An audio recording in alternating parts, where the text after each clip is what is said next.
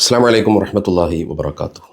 പ്രിയപ്പെട്ടവരെ, കാന്തപുരം ഉസ്താദിനെ പിന്തുണച്ച് സമസ്ത കേരള ജംഇയ്യത്തുൽ ഉലമ കഴിഞ്ഞ ദിവസങ്ങളിൽ മാധ്യമങ്ങളിൽ ഏറെ ചർച്ചയ്ക്ക് വിധേയമായ ഒരു വാർത്തയാണ് സ്ത്രീ പുരുഷ സങ്കലനത്തിനെതിരെ അതിരൂക്ഷമായി പ്രതികരിച്ച കാന്തപുരം ഉസ്താദിൻ്റെ വാക്കുകൾ. വ്യായാമം എന്ന പേരിൽ 30-ൻ്റെയും 40-ൻ്റെയും ഇടയിലുള്ള യുവതീ യുവാക്കൾ പ്രഭാതവേളകളിൽ ഒരുമിച്ചിരുന്ന് പലതരത്തിലുള്ള വ്യായാമ മുറകൾ പരസ്പരമുള്ള സങ്കലനങ്ങളിലൂടെ നടത്തുമ്പോൾ അതിൽ മുസ്ലിം മതവിശ്വാസികളോട്, സുന്നി സമൂഹത്തോട് അദ്ദേഹം മതവിധി പറയുകയുണ്ടായി.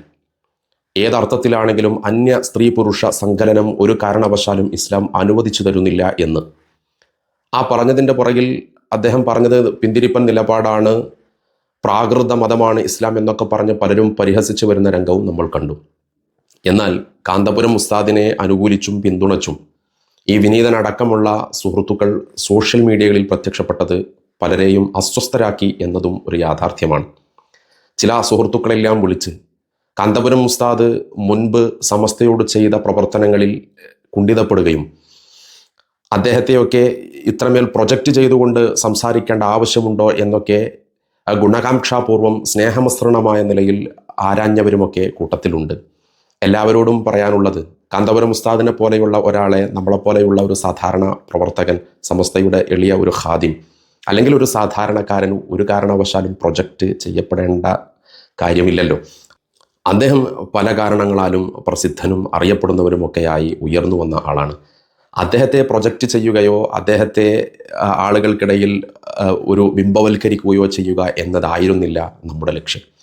അദ്ദേഹം സുന്നത്ത് ജമാഅത്തിൻ്റെ, ഇസ്ലാമിൻ്റെ, അതിൻ്റെ മതവിധി വളരെ ആർജവത്തോടു കൂടി, പ്രത്യേകിച്ച് ഈ ഒരു കാലഘട്ടത്തിൽ ഒരു ജാള്യതയുമില്ലാതെ ഉറക്കെ വിളിച്ചു പറയുന്ന ആ സന്തോഷമാണ് അവിടെ പങ്കുവച്ചത്. ഏതായാലും ഇന്ന് സോഷ്യൽ മീഡിയയിൽ പ്രചരിച്ചു കൊണ്ടിരിക്കുന്ന 2 പ്രസംഗങ്ങൾ, ഒന്ന് ബഹുമാനപ്പെട്ട സമസ്ത കേരള ജംഇയ്യത്തുൽ ഉലമയുടെ അധ്യക്ഷൻ സയ്യിദുൽ ഉലമ മുഹമ്മദ് ജിഫ്രി മുത്തുക്കോയ തങ്ങളുടേതാണ്. അതുപോലെ മറ്റൊന്ന് സത്താർ സാഹിബ് പന്തല്ലൂരിൻ്റേതാണ്. ഈ 2 പ്രസംഗങ്ങളുടെ ശകലങ്ങളും കേട്ടാൽ എല്ലാ അർത്ഥത്തിലും ഇവിഷയകമായി കാന്തപുരം ഉസ്താദിന് എന്ന് മാത്രമല്ല മതവിധി പറയുന്ന മതസംഘടനകൾക്കും അതിൻ്റെ നേതൃത്വത്തിനും പിന്തുണ പ്രഖ്യാപിക്കുന്ന സമീപനമാണ് നേതാക്കളിൽ നിന്ന് കണ്ടത്. ഇത് നമ്മൾ പ്രവർത്തകർ സ്വാഗതം ചെയ്യേണ്ടതും പിന്തുണ നൽകേണ്ടതുമാണ്. ബഹുമാനപ്പെട്ട സയ്യിദുൽ ഉലമ ഒന്നുകൂടെ കടന്ന് ഈ വിഷയത്തിൽ അദ്ദേഹത്തിൻ്റെ സപ്പോർട്ട് പറയുന്നത് നമുക്ക് കേൾക്കാൻ കഴിയും. ഏതാണെങ്കിലും 1-2 കാര്യങ്ങൾ അനുബന്ധമായി പറയാനുണ്ട്. ഈ വിഷയത്തിൽ രാഷ്ട്രീയമായ ചില മുതലെടുപ്പിന് വേണ്ടി ശ്രമിച്ചവരെ കുറിച്ചും സത്താർ സാഹിബ് കഴിഞ്ഞ ദിവസം മറ്റൊരു പ്രസംഗത്തിൽ നടത്തിയ ഷാർ മുബാറക്കിനെ ന്യായീകരിച്ചുകൊണ്ട് ചില സഹോദരങ്ങൾ ഇടപെട്ടതിനെ കുറിച്ചും 1-2 വിഷയങ്ങൾ സൂചിപ്പിക്കാനുണ്ട്. ഏതാണെങ്കിലും നേതാക്കളുടെ പ്രസംഗം കാന്തപുരം ഉസ്താദിനെ പിന്തുണച്ചുകൊണ്ടും അതുപോലെ ദീനീ വിഷയങ്ങൾ ഉറക്കെ പറയാൻ ആർജവം കാണിക്കുന്ന മതസംഘടനകൾക്ക് പിന്തുണ നൽകിക്കൊണ്ടുമൊക്കെ നടത്തിയ ആ പ്രസംഗത്തിൻ്റെ ശകലങ്ങൾ നമുക്കൊന്ന് കേട്ടാൽ വലിയ ആത്മനിർവൃതി ഉണ്ടാകും. പ്രത്യേകിച്ച് ഈ ഒരു കാലഘട്ടത്തിൽ പരസ്പരമുള്ള ഈ ഒരു പിന്തുണ നൽകലും പരസ്പരമുള്ള കെട്ടുബന്ധങ്ങളെ ഊട്ടിയുറപ്പിക്കുന്നതുമൊക്കെ കാണുമ്പോൾ നമുക്കൊരു ആത്മനിർവൃതി ഉണ്ടാകും. അതുകൊണ്ട് അത് കണ്ടതിൻ്റെ ശേഷം ഈ വിഷയകമായി 1-2 കാര്യങ്ങളെ കൂടി നമുക്ക് പറയേണ്ടതുണ്ട്. നമുക്കൊന്ന് കേട്ടു നോക്കാം. ചില ആളുകളൊക്കെ പറഞ്ഞു, ഇപ്പോൾ കാന്തപുരം അബൂബക്കർ മുസ്ലിയാർ സ്ത്രീകളുടെ സംബന്ധിച്ച് ഒരു മതവിധി അദ്ദേഹം പറഞ്ഞപ്പോൾ അതിന് ചിലരൊക്കെ പിന്തുണച്ചു എന്ന് പറഞ്ഞു. പിന്തുണച്ചാൽ പോരാന്ന് എനിക്ക് പറയുകയാണ്, നടപ്പിൽ വരുത്താൻ വേണ്ടി ശ്രമിക്കണം. അത് നടപ്പിൽ വരുത്താണ്ടല്ലോ അവരവരുടെ. അപ്പോൾ മതവിധി പല ഉസ്താദന്മാരും പറയും, അത് പറയുമ്പോൾ അതിൻ്റെ ഇതിലേക്ക് കൊഞ്ഞനം കാട്ടുകയല്ല വേണ്ടത്. അങ്ങനല്ലേ? ഇപ്പം എന്തെല്ലാം സമസ്തകളുടെ ജംഇയ്യത്തുൽ പല മതവിധികളും പറയും. അതിനൊക്കെ പരിഹസിക്കുകയും അതിനെ എതിർക്കുകയും ചെയ്യുന്ന ആളുകൾ തന്നെ ഇവർക്കുള്ള സ്വാർത്ഥ താല്പര്യങ്ങൾ അല്ലെങ്കിൽ മറ്റുള്ള അവരുടെ താല്പര്യത്തിനോട് ഒത്തുകൊണ്ട് വരുമ്പോൾ, കാരണം അവർ എതിർക്കപ്പെടുന്ന രാഷ്ട്രീയ പാർട്ടികളുണ്ടാവും, ആ രാഷ്ട്രീയ പാർട്ടികൾക്ക് എതിരായി കൊണ്ട് ഉപയോഗിക്കപ്പെടാൻ പറ്റും ഈ ആയുധം എന്നുള്ള നിലക്ക് അതിനെ പിന്തുണച്ചു എന്ന് പറയാം. എനിക്ക് അവരോട് പറയാനുള്ള പിന്തുണച്ചാൽ മാത്രം പോരാ, നിങ്ങളുടെ സമ്മേളനങ്ങളിലും നിങ്ങളുടെ മറ്റുള്ള കാര്യങ്ങളിലൊക്കെ മതപണ്ഡിതന്മാർ പറയുന്ന വിധികൾ പൂർണ്ണമായും കൊണ്ടിട്ട് അംഗീകരിച്ചു കൊണ്ടിട്ട്, പ്രത്യേകിച്ച് ഇതുപോലുള്ള വിധികളൊക്കെ അത് സ്വീകരിച്ചു കൊണ്ടിട്ട് അത് നടപ്പിൽ വരുത്താനും കൂടി ശ്രമിക്കണം എന്നാണ് എല്ലാവരോടും പറയാനുള്ളത്, പിന്തുണച്ചവരോട്. മതപരമായ വിഷയങ്ങൾ വരുന്ന സമയത്ത് മതകാര്യങ്ങളിൽ മുസ്ലിം പണ്ഡിതന്മാർ ആ സമൂഹത്തിന് ആവശ്യമായിട്ടുള്ള ഉപദേശങ്ങൾ കൊടുക്കും. മതകാര്യങ്ങൾ മുസ്ലിം പണ്ഡിതന്മാർ ഉപദേശം കൊടുക്കും. അപ്പം മതപരമായ കാര്യങ്ങളിൽ പണ്ഡിതന്മാർ സമുദായത്തിന് ആവശ്യമായ ഉപദേശങ്ങൾ കൊടുക്കുമെങ്കിൽ ആ ഉപദേശത്തെ ഉൾക്കൊള്ളാൻ കഴിയാത്ത ആളുകൾ അതിനെ പരിഹസിക്കേണ്ട ആവശ്യമില്ല.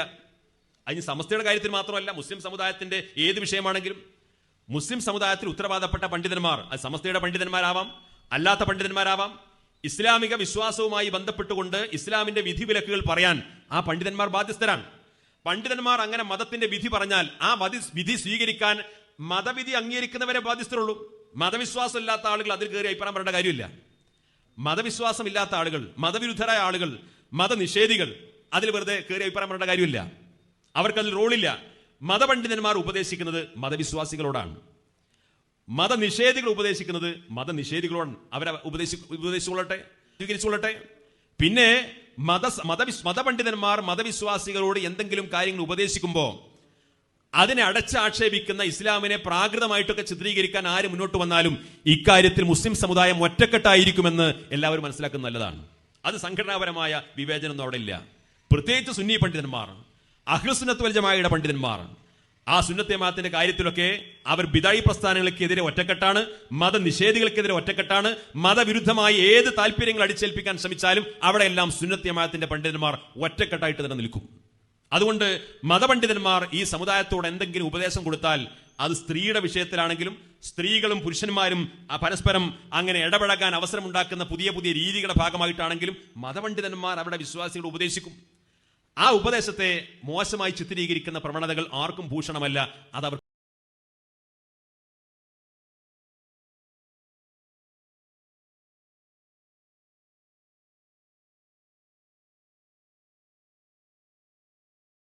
പ്രിയപ്പെട്ടവരെ, നേതാക്കളുടെ സംഭാഷണങ്ങൾ നമ്മൾ കേട്ടല്ലോ.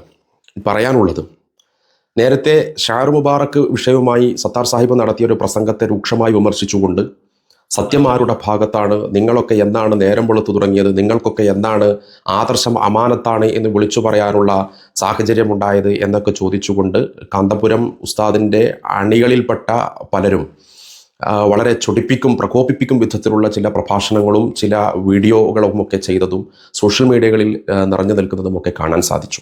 പ്രിയപ്പെട്ടവരെ, മതവിധി പറയുന്നിടത്ത് എല്ലാ അർത്ഥത്തിലുമുള്ള പരിപൂർണമായ പിന്തുണ നൽകി എന്നതൊരു വസ്തുതയാണ്.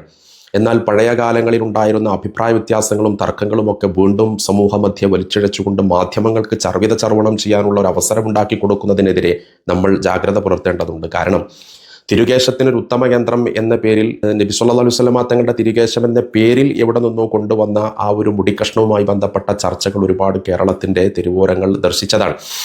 അതുമായി ബന്ധപ്പെട്ട ഖണ്ഡന മണ്ഡന പ്രസംഗങ്ങൾ പലതും നടന്നതാണ്.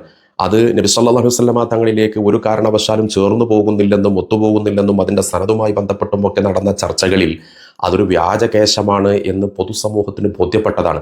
അതുകൊണ്ടാണല്ലോ അതിൻ്റെ പേരിൽ 40 കോടി രൂപ ചെലവഴിച്ചുണ്ടാക്കാൻ പോകുന്ന പള്ളിയെക്കുറിച്ചുള്ള പരസ്യ പ്രസ്താവനകൾ നടത്തി തെരുവുകളിൽ ഓരോ കവലകളിലും വിശാലമായി വച്ചിരുന്ന തിരുകേശത്തിനൊരു ഉത്തമ കേന്ദ്രം എന്ന പേരിൽ സ്ഥാപിച്ചിരുന്ന ഫ്ലെക്സ് ബോർഡുകൾ പോലും പിന്നെ ബന്ധപ്പെട്ടവർക്ക് എടുത്തു കളയേണ്ടി വന്നത്.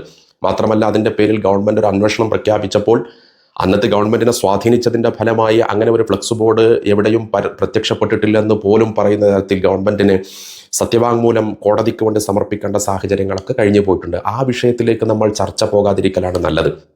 ഇവിടെ സത്താർ സാഹിബ് സൂചിപ്പിച്ചത് എന്താ?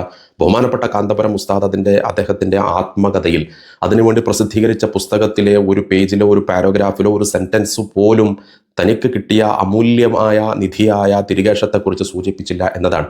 അതിനൊരു ന്യായീകരണമൊക്കെ പറഞ്ഞത് അത് അദ്ദേഹത്തിൻ്റെ പ്രബോധനം ദൗത്യം തുടങ്ങി ഒരു 40 വർഷ കാലഘട്ടത്തിൽ ഉണ്ടായ അനുഭവങ്ങളെ ആധാരമാക്കി മാത്രം രചിച്ചെടുത്തതാണ് എന്നൊക്കെ പറഞ്ഞു പോകുന്നത് കാണാൻ സാധിച്ചു. എന്നാൽ മനസ്സിലാക്കേണ്ടത് 40 വർഷമെന്നോ 60 വർഷമെന്നോ ഒരായുസ്സെന്നോ എങ്ങനെ ഡിവൈഡ് ചെയ്താലും അള്ളാഹുവിൻ്റെ പ്രവാചകന്റെ തിരുകേശം ഒരാളുടെ കയ്യിൽ അതിൻ്റെ സനത് സ്വീകാര്യമായ വഴിക്ക് കിട്ടിയിട്ടുണ്ടെങ്കിൽ, അത് ഒറിജിനലാണ് എന്ന ബോധ്യമുണ്ടെങ്കിൽ, എല്ലാ അർത്ഥത്തിലും അതിനെ പ്രൊജക്റ്റ് ചെയ്തുകൊണ്ട് മാത്രമേ ഏതൊരു പുസ്തകവും ഒരു സുന്നി വിശ്വാസിയുടെ ഭാഗത്ത് നിന്ന്, അവരുടെ സംഘടനകളുടെ ഭാഗത്ത് നിന്ന് പുറത്തിറക്കാൻ സാധിക്കൂ. കാരണം അവർക്കെല്ലാത്തിൻ്റെയും മേലെയാണല്ലോ പ്രവാചകൻ മുഹമ്മദ് നബി സല്ലല്ലാഹു അലൈഹി വസല്ലം. അത് കണ്ടില്ല എന്നതാണ് ബഹുമാനപ്പെട്ട സത്താർ സാഹിബ് സൂചിപ്പിച്ചത്. അതോടൊപ്പം തന്നെ നബിദിനം ആഘോഷങ്ങൾ വരുന്ന സമയത്ത്, തുടക്കത്തിലൊക്കെ ഈ മുടി കിട്ടിയ സമയത്ത് അത് വലിയ ആഘോഷങ്ങളാക്കി അതിൻ്റെ വെള്ളം മുക്കി ജലം അത് കൊടുത്ത് അതിൽ നിന്ന് സാമ്പത്തിക സ്വരൂപണം വരെ ഉണ്ടാക്കുന്ന സാഹചര്യങ്ങളൊക്കെ നമ്മൾ കണ്ടിരുന്നു. പക്ഷേ പിൽക്കാലത്ത് അത് കണ്ടില്ല. എന്ന് പറഞ്ഞപ്പോൾ ചിലരൊക്കെ അതിന് പ്രതികരണവുമായി വന്നത് അത് കൊട്ടിഘോഷിച്ച് നടത്താതെ എല്ലാ വർഷവും ഇപ്പോഴും അത് തുറന്നു പോകുന്നുണ്ട് എന്നാണ്. നമുക്കറിയാലോ, നബി സല്ലല്ലാഹു അലൈഹി വസല്ലമ തങ്ങളുമായി ബന്ധപ്പെട്ട ആധാറുകൾക്കെല്ലാം വലിയ പുണ്യമുണ്ട്. അത് നമ്മുടെ കേരളത്തിലെ ഒരു പണ്ഡിതൻ്റെയോ പാമരൻ്റെയോ കയ്യിലുണ്ടെങ്കിൽ അവർ എത്രമേൽ അത് ആഘോഷപൂർവ്വമാണ് അത് കൊണ്ടാടുക എന്നൊക്കെ നമുക്കറിയാം. പ്രത്യേകിച്ച് കാന്തപുരം ഉസ്താദ് ഇതിൻ്റെ മുമ്പും ഈ വിവാദങ്ങൾ വല്ലാതെ ചുരുളഴിഞ്ഞു വരുന്ന ആ ഒരു സന്ദർഭങ്ങളിൽ പോലും അതിനെ പ്രൊജക്റ്റ് ചെയ്തുകൊണ്ട് വലിയ സമ്മേളനങ്ങൾ വെച്ചുകൊണ്ട് വലിയ പാത്രങ്ങളിൽ വലിയ ചെമ്പുകളിൽ ആ വെള്ളം അതിൽ ബറക്കത്തിന് വേണ്ടി ഇത് മുക്കിയെടുത്തുകൊണ്ടുമൊക്കെ അത് ജലവിതരണം നടത്തുന്നതൊക്കെ നമ്മൾ കണ്ടതാണ്. അപ്പം എല്ലാ വർഷവും അത് തുടർന്നു വരേണ്ടതായിരുന്നു. പക്ഷേ അതിൽ എന്തൊക്കെയോ ചില പാകപ്പിഴകൾ സംഭവിച്ചിട്ടുണ്ട് എന്ന ബോധ്യത്തിൻ്റെ അടിസ്ഥാനത്തിൽ കൂടിയാണ് ആ ഒരു പരസ്യങ്ങളും അതിൻ്റെ ഒരു പ്രചാരണങ്ങളും ഒക്കെ ഒഴിവാക്കി തന്നിലേക്ക് ഒതുങ്ങുന്ന ഒരു സാഹചര്യം ഉണ്ടായത്. അതുകൊണ്ട് ആ മുടി വിവാദം നമ്മൾ വീണ്ടും സമൂഹത്തിലേക്ക് കൊണ്ടുവരാതിരിക്കലാണ് ഖൈർ. ഇവിടെ മതവിധി, ഇസ്ലാമികമായ ഒരു കൾച്ചർ, അതിൻ്റെ ഒരു കാഴ്ചപ്പാട് ബഹുമാനപ്പെട്ട കാന്തപുരം ഉസ്താദ് പറഞ്ഞപ്പോൾ സമസ്ത കേരള ജംഇയ്യത്തുൽ ഉലമയുടെ പ്രസിഡന്റായ സയ്യിദുൽ ഉലമ ജിഫ്രി മുത്തുക്കോയത്തങ്ങളും അതുപോലെ അതിൻ്റെ യുവജന നേതാക്കളും ഒക്കെ തന്നെ പ്രോത്സാഹിപ്പിച്ചും പിന്തുണച്ചും എല്ലാ അർത്ഥത്തിലും കൂടെ നിന്ന് വരുന്ന സന്ദർഭത്തിൽ നമ്മളതിനെ കൂട്ടിപ്പിടിച്ചുകൊണ്ട് യോജിക്കാൻ കഴിയുന്ന വിഷയങ്ങളെല്ലാം യോജിച്ചുകൊണ്ടും പരസ്പരം അതൃപ്തിയുണ്ടാക്കുന്ന ഇനിയും ഭിന്നതകളും അഭിപ്രായാന്തരങ്ങളും ഒക്കെ ഉണ്ടാക്കുന്ന ചർച്ചകളിൽ നിന്ന് മാറിയുമൊക്കെയാണ് നമ്മൾ സഞ്ചരിക്കേണ്ടത് എന്ന് സാന്ദർഭികമായി സൂചിപ്പിക്കുകയാണ്. കൂട്ടത്തിലൊരു കാര്യം കൂടെ പറയാനുള്ളത്, ചില രാഷ്ട്രീയ നേതാക്കളൊക്കെ ബഹുമാനപ്പെട്ട കാന്തപുരം ഉസ്താദിൻ്റെ വാക്കുകളെ, ആ പ്രസ്താവനകളെ അനുകൂലിച്ചുകൊണ്ടും അനുമോദിച്ചുകൊണ്ടും ഒക്കെ രംഗത്ത് വരുന്നത് കണ്ടു. സ്വാഗതാർഹമാണ്, സർവാത്മന നമ്മളൊക്കെ അതിനെ സ്വാഗതം ചെയ്യേണ്ടതാണ്. പക്ഷേ അവിടെ ഒരു ഇരട്ടത്താപ്പുണ്ടാകാൻ പാടില്ല. കാന്തപുരം ഉസ്താദ് മതം പറയുമ്പോൾ സ്വാഗതം ചെയ്യുന്നത് പോലെ തന്നെ മറ്റു മതസംഘടനകളും ദീനാണ് പറയുന്നത് എന്ന് ബോധ്യമുണ്ടെങ്കിൽ അതിനെ കൂടെ സ്വാഗതം ചെയ്യാനുള്ള മനസ്സ് എല്ലാ രാഷ്ട്രീയ പാർട്ടിക്കാർക്കും ഉണ്ടാവണം.